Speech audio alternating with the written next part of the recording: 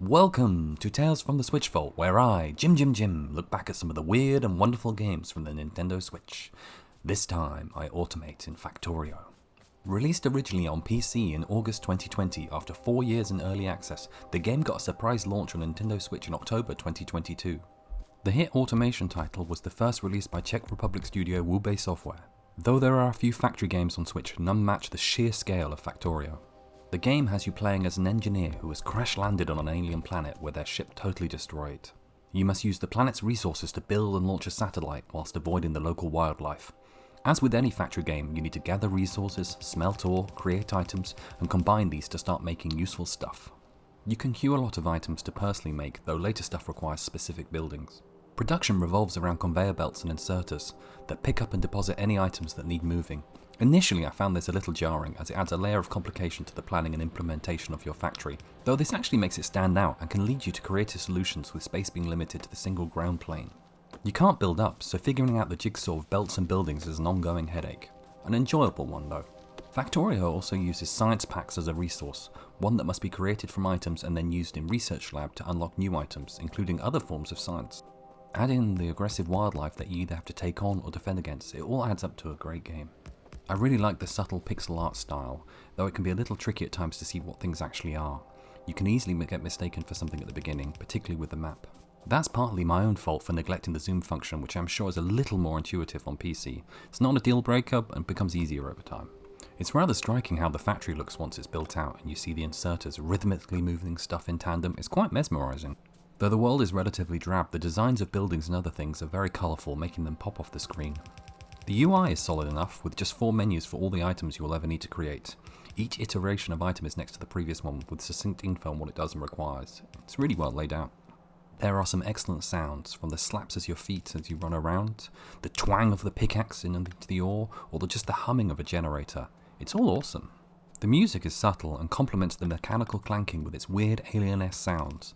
To be honest, you will be so deep in thought on your next layout you won't actually cross your mind. The main hook is that sweet factory conveyor belt loop. Build shit to build more shit. It's fucking great. I managed to launch the rocket in about 40 hours, which seems par for course as a first timer. Not knowing the formulas and maximizing production gives you bottlenecks that slow you down, but it's all part of the learning process. Round 2 will be so much quicker, with so many options for optimization and cute shortcuts such as feeding coal miners into themselves when kicking off. Looking online, the community has a wealth of advice and quick wins to pillage. I've certainly stolen some from my playthrough. The fan input is amazing to see. In fact, I started a new save to make this video as a refresher and ended up playing 5 hours straight. It's not a time sink, it's a fucking time vortex. Which I always applaud. It made my recent train journey back from the Lake District absolutely fly by. Again, it's another title to suck you in, which I always love. The real aim is to get your mega or giga factory online, but all I've managed to do is make the world's longest conveyor belts. The great thing is there's always room to improve or rebuild. Doing the maths on production and usage of items is probably key, though being a novice you can get away with a lot. Just chucking out a ton of smelters and seeing the iron plates backing up is enough to keep things moving along. However, unlocking an advanced item such as plastic and then having to map out a whole new production line is one of the best parts of this game.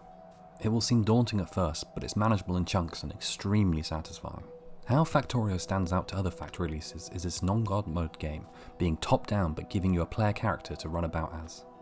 Travelling takes a while without a vehicle or a conveyor belt, and you physically need to be near something to do anything with it, but that just means the scope of the world feels massive. Although built for PC, the controls work really well on Switch, but do take a little bit of time to get used to.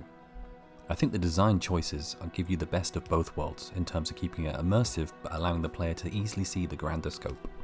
From the outside it can seem quite an imposing game. Just a quick scan of someone's factory and the billion odd things happening will overwhelm, particularly if you want to copy the design layout. When you're actually playing though, it builds up slowly, layer upon layers, with each step of new science being able to be broken off into manageable chunks. It's also really customizable, giving you the options to adjust a myriad of options and even put map seeds in for the perfect world to work in. First time around I turned off enemies, increased resource yields to let me go at my own pace, giving me the freedom to experiment and fuck up. Death isn't that bad as you respawn, minus your items that can be retrieved, and any damage done to your factory can be repaired. There are challenge levels for the more advanced player, giving very difficult missions to test your skills. The main game has no story as such beyond the mishaps you encounter along the way, always brilliant to share war stories with a fellow player. The game launched feature complete to Switch, but oddly not on other consoles. Playing it on the go is absolutely fantastic and I love how well it runs. It doesn't even tax the battery, which is incredible considering how much you have going on. It's ideal for Switch or Steam Deck. I hope it comes to other consoles as it looks great on the big TV. Sadly, the devs have announced that the well-received Space Age DLC, a huge paid-for update with new planets and tons of new additions, will not be coming to the Switch due to hardware limitations. Disappointing, but understandable. No point putting something out that doesn't work well enough. Hopefully something can be done via backwards compatibility when the Switch sequel comes out. Wube Software have certainly gone their own way with this release and pricing. This game never goes on sale. Cost is one point of contention for some people. In fact, the game got a price increase due to inflation since the game launched on Steam in 2016.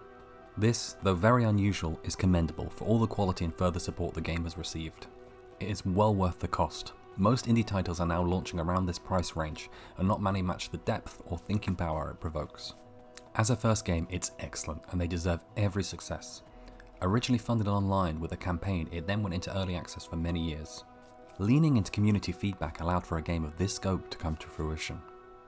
Talking about their next potential release, and they wanted something related to World of Warcraft in a similar way as how Factorio is related to Minecraft. Intriguing, and I look forward to seeing what they can cook up. In all my research, I couldn't find a single award that the game won, but it reviewed really well. It's still a niche genre, but has managed to sell over 3 million copies, which is an incredible achievement. So my first Factorio game was actually Satisfactory, a 3D first-person factory game on PC. I adored that title, although never made it to the end. Minimal animal life, snapping conveyor belts into everything, and ingredient items instant refunded on deletion had coloured my first views of Factorio. In fact, just 20 minutes of playtime and I put it down for a whole year. It was only in late 2024 I went back with an urge for conveyor belts in mind. Getting past my own expectations led to one of the best games on Switch.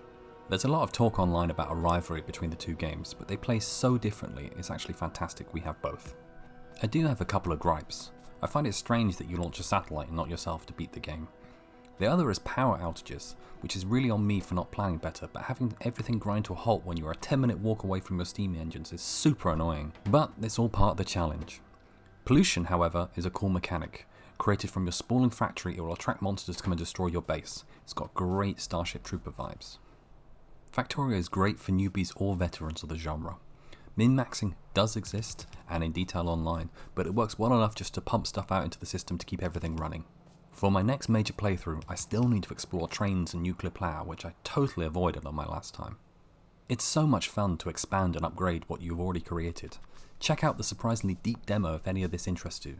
You'll know whether you like it in a couple of hours. Maybe plan for a bit longer just in case.